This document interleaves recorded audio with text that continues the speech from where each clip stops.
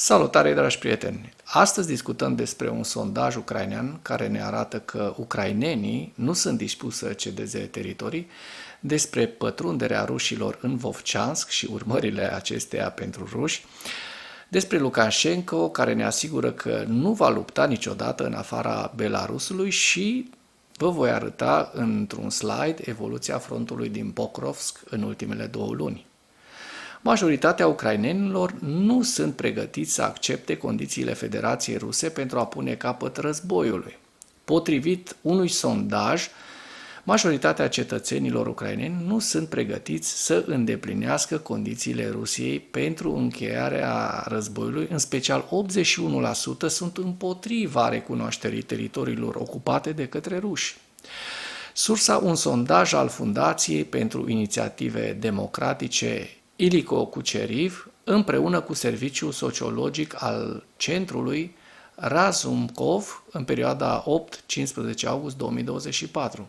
În special, doar 9% dintre ucraineni sunt gata să recunoască teritoriile ocupate ca parte a Federației Ruse, chiar și de dragul încheierii războiului, iar în august 2023 erau mai puțin de 5%, iar 81% consideră acest lucru inacceptabil. În august 2023 existau 90% care considerau inacceptabil acest lucru.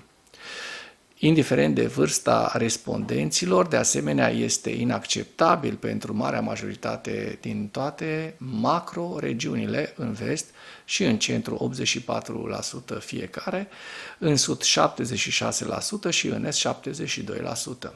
O treime dintre ucraineni sau 32% consideră că începerea negocierilor cu Rusia pentru încheierea războiului este posibilă numai după eliberarea tuturor teritoriilor ucrainene. Lukashenko asigură că nu va lupta niciodată în afara Belarusului.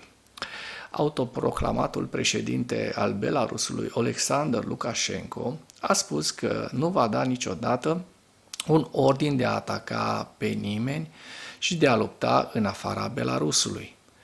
Sursa este chiar declarația lui Lukashenko înainte de întâlnirea care a fost dedicată problemelor actuale ale politicii informaționale. Un scurt videoclip este publicat de pe canalul Telegram Pul-Perego.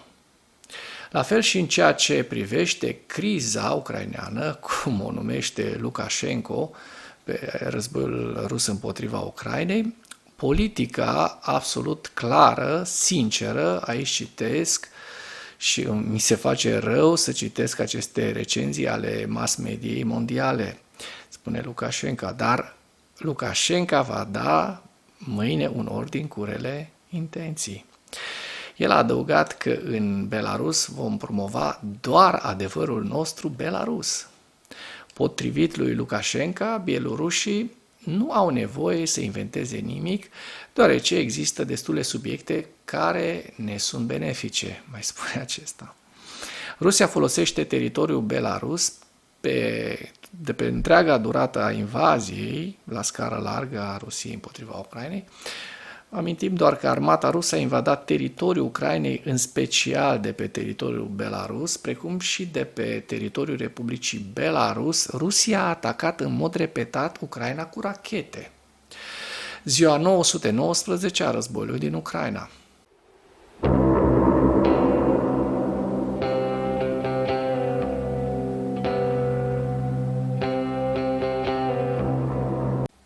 Potrivit statului major al Forțelor Armate ale Ucrainei, în dimineața zilei de 30 august 2024, pierderile totale în luptă ale Rusiei de la începutul invaziei neprovocate asupra Ucrainei din 24 februarie 2022 se ridică la aproximativ 614.000 de militari.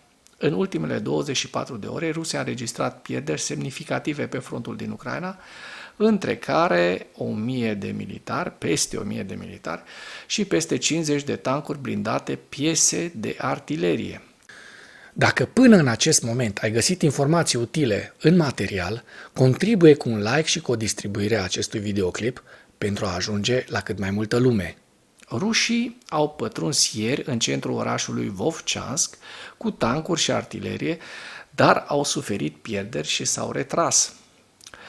Cu 2 tancuri și 2 piese de artilerie, ocupanții ruși au încercat să livreze personal în partea centrală a orașului Vovchansk, dar s-au retras cu pierderi grele. Sursa: gruparea operațional-tactică Kharkiv. În Vovchansk, ca parte a pregătirilor pentru operațiunile de asalt, inamicul a încercat să livreze personal în zona centrală a orașului, folosind 2 tancuri și 2 piese de artilerie, suferind pierderi și retrăgându-se. În general, conform militarilor, situația în direcția Kharkiv nu a suferit modificări semnificative. Trupele Federației Ruse nu încetează să încerce să îndepărteze trupele ucrainene din pozițiile lor. De la începutul acestei zile au avut loc 2 ciocniri mari de luptă în regiunea Vovchansk, iar forțele de apărare ale Ucrainei răspund în mod adecvat acțiunilor și continuă să distrugă forța combativă, armele și echipamentele militare ale Federației Ruse. Pierderile inamicului ireversibile pentru ziua trecută s-au ridicat la 110 persoane în această zonă. De asemenea, în această direcție, inamicul a pierdut 71 de unități de arme și echipamente militare distruse și avariate. În ceea ce urmează, vă prezint un slide cu evoluția de ieri a celor mai importante fronturi din Ucraina și cu principalele știri din presa ucraineană. Hărțile sunt creația Institutului pentru Studiul Războiului. Pentru mai multe informații, accesați link-urile din comentarii.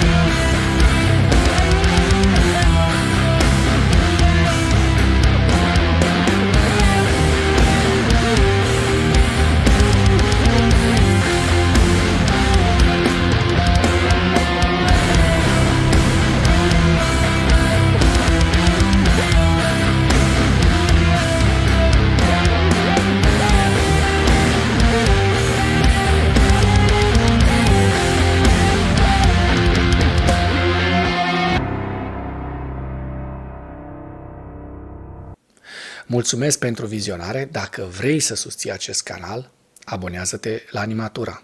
Apreciez mult asta.